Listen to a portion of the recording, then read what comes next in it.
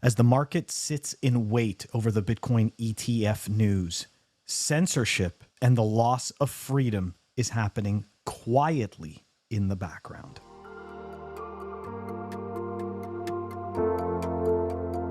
Welcome back, everyone. We actually started to cover the story about Tornado Cash. Tornado Cash is a quote-unquote mixing service. And we covered this story as part of our weekly episode several months ago. And it looks like there's finally a development. And it really does not look good. Now, keep in mind, even though Tornado Cash is a shitcoin service, I just want to point out, right? And this was going back to the original point that I had when we did the first clip, which we're going to link. We're going to link over here, so you guys can go and check that episode out if you want. But essentially, if you have a centralized service, okay, something that the government can capture, something that the government can stop, something that you can be arrested for, they will do it. So it's not like, oh, you're an advocate for the state, oh, you're a statist, like that's not it. The point is that the state has a monopoly on violence. You don't. You don't have a monopoly on violence, okay? So the reality is that if you create something in a way that can be fucked with, it will be, okay? This is just the way it works. The U.S. Department of the Treasury's Office of Foreign Assets Control, or OFAC, announced that Semenov has been added to its specially designated nationals list. FBI has arrested Storm while fellow co-founder Semenov remains at large. Sanctioned wallet addresses Wednesday have processed more than 11.5 million in various crypto assets, according to blockchain analytics firm Elliptic Connect. Tornado Cash co-founder Roman Storm has been arrested, while fellow co-founder Roman Semenov added to a list of individuals and companies subject to have their assets blocked and prohibited from doing business with U.S. persons. Meanwhile, the U.S. Department of Justice, or DOJ, said it had charged Storm and Semenov with conspiracy to commit money laundering, conspiracy to commit sanctions violations, and conspiracy to operate an unlicensed money transmitting business. That's right. The banks have a monopoly on money. They have a monopoly on the rails of money. And if you are not part of that club, then you are operating an unlicensed money transmitting business. I can't believe we put up with any of this shit, to be honest. I think this is more an indication of our stupidity and human naivete. But anyways, I'll continue. The Federal Bureau of Investigation and the Internal Revenue Service arrested Storm on Wednesday. So the IRS is apparently police. Apparently the IRS can arrest people, which I know that a lot of us knew that, but I just wanted to say that out loud. That the people that go and collect taxes can actually arrest you. So check that out, right? Tax collector by day, police officer by night. It's like a superhero minus the super and the hero.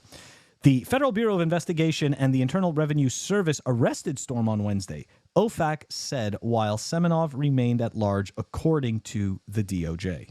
Tornado Cash has been used to launder funds for criminal actors since its creation in 2019, including to obfuscate hundreds of millions of dollars in virtual currency stolen by Lazarus Group hackers, which we discussed in yesterday's clip, the supposed $40 million of Bitcoin that is going to hit the market from this North Korean hacker group.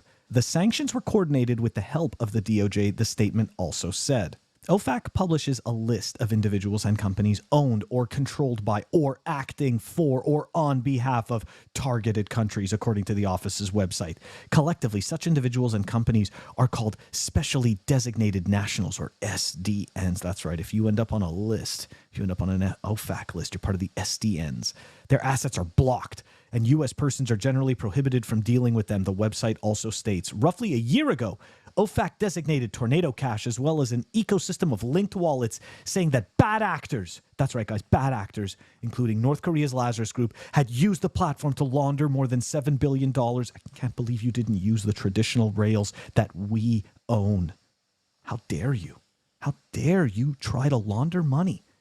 in a place you're not allowed. You're only allowed to launder money through the approved rails. In June, the Blockchain Association called the U.S. Treasury Department's decision to sanction Tornado Cash unprecedented and unlawful. Those that oppose the sanctions have said the government overstepped its authority by targeting software, indeed, rather than an individual or entity, among other issues. And I do tend to agree with that. You all saw the numbers in that article, right? Accused of moving $11.5 million worth through Tornado Cash. There was another one citing that they may be responsible for moving hundreds of millions of dollars. But you know something, this is something that I've brought up on several different occasions. And I find it absolutely remarkable that we exist and approve of a system that essentially chooses to be the police over how and who we transfer money to. And for some reason, we're okay with this bullshit. We are okay with pay to play. As long as I can go home, sit on my couch and watch my crappy show and buy all the useless garbage, the world goes on. It's all good. But you see, this is the thing. We're existing in a pay to play system, and it's rules for thee and not for me. Okay, so let's take a look at who really owns those money laundering rails and who's really moving that money around. Because again, the banks don't want any competition. And the beauty of it is that they can get the government to enforce the violence for them. So let's take a look.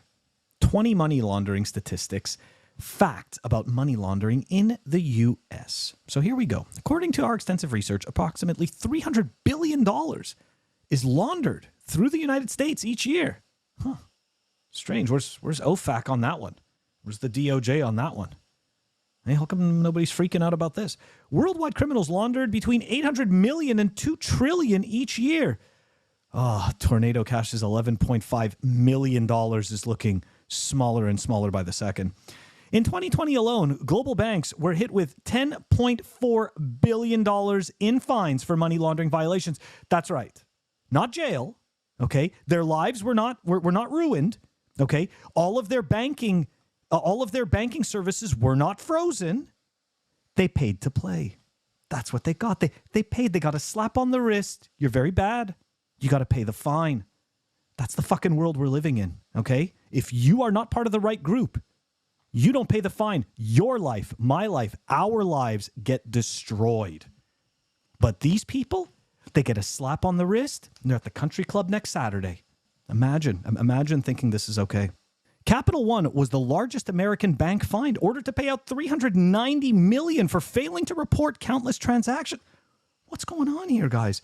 What about all these regulations? The mainstream media keeps talking to us about all these regulations and how they're going to make sure that things get done right and how they prevent all these things from happening. And yet $390 million of transactions just unreported? How'd that happen? Seems like incompetence. Seems like pay to play. Let's continue here with the rules for thee and not for me. So here's the general money laundering statistics. Money laundering in the U.S. makes up 15 to 38% of the money laundered globally. Again, OFAC, where are you? Not only that, where's the ECB on this? Where are all of these agencies that are working so hard to stop this money laundering? Where are they? This is their own walled garden. And yet they can't seem to keep a handle on the actors in their own garden? Strange. Despite 91.1% of money laundering offenders being imprisoned, 90% of money laundering crimes go undetected. That's a surprise. Richmond, Virginia. So interesting because it's so close to Washington, D.C. I'm sure that is totally just a coincidence. And I mean, I'm just, it's my tinfoil hat and I'm just a stupid pleb. But apparently Richmond, Virginia ranked number 1 for white collar crimes. Shit, look at that. At 7,504 crimes per 10,000 people. All right, let's get into the crypto versus fiat currency money laundering statistics. Here we go. Despite a rise in cybercrimes in 2020, criminal activity that used cryptocurrency fell by over half between 2019 and 2020. Okay, so sounds to me like it's not really that big of a deal. Over 99% of cryptocurrency transactions run through AML regulated exchanges. I'm going to repeat that again. And I'm not an advocate for AML or KYC, but I want you guys to keep this in mind, okay? This is why it has nothing to do with stopping any crime. This has nothing to, it all has to do with control. It all has to do with making sure that you bow to the gatekeepers. Over 99% of cryptocurrency transactions run through AML regulated exchanges, which means that these exchanges have your data points. So this fucking nonsense about we can't track or it's too difficult to track and we need more regulation on crypto and this, guys, this is all bullshit. All of it is bullshit. They can't even track the dollars through their own system. It has nothing to do with stopping crime. It has nothing to do with a safer environment. It has everything to do with maintaining their moat and their control. Here's a wonderful chart. The percentage of money laundered in the US that is Bitcoin. Look at that tiny little sliver. So the rest, this giant, the 99% here, sorry, the 99.1%, that's all fiat. This little 0.9% here, this tiny little sliver, that's Bitcoin. Bitcoin money laundering only makes up 0.9% of money laundering in the US and only 0.3% globally. So when you see all of these agencies pushing so hard for all these regulations and all these dumb fuck politicians trying to take away our freedom, just remember, it's got nothing to do with stopping crime. It's got nothing to do with preserving your safety. It has everything to do with preserving their moat and their control. And I'm just going to keep saying that over and over again. KYC AML, believe it or not, I don't care how you choose to explain the information. It's fucking boring. Okay. It's really boring. And sadly, I think that that's by design. I think that that's by design because when things are extremely boring, people just want them to kind of go away. They kind of want them to work themselves out. You're happy to see associations, institutions, stuff like that, foundations come together and work on those problems that nobody wants to deal with. The problem is this, right? The institutions that are coming together and that have come together to work on this, all they've done is create a web of control. And it's not a web of control that works to our advantage. It's a web of control that works to these institutions' advantage. And it is at our loss. So as much as, as much as we sit there and say, you shouldn't be allowed to do this and you should be allowed to do this, the reality is that the people and the groups that are determining what we can and can't do, they are not better than any of us. And simply putting these people behind the label of an institution or a committee, that doesn't make them better people. It doesn't make them better capable of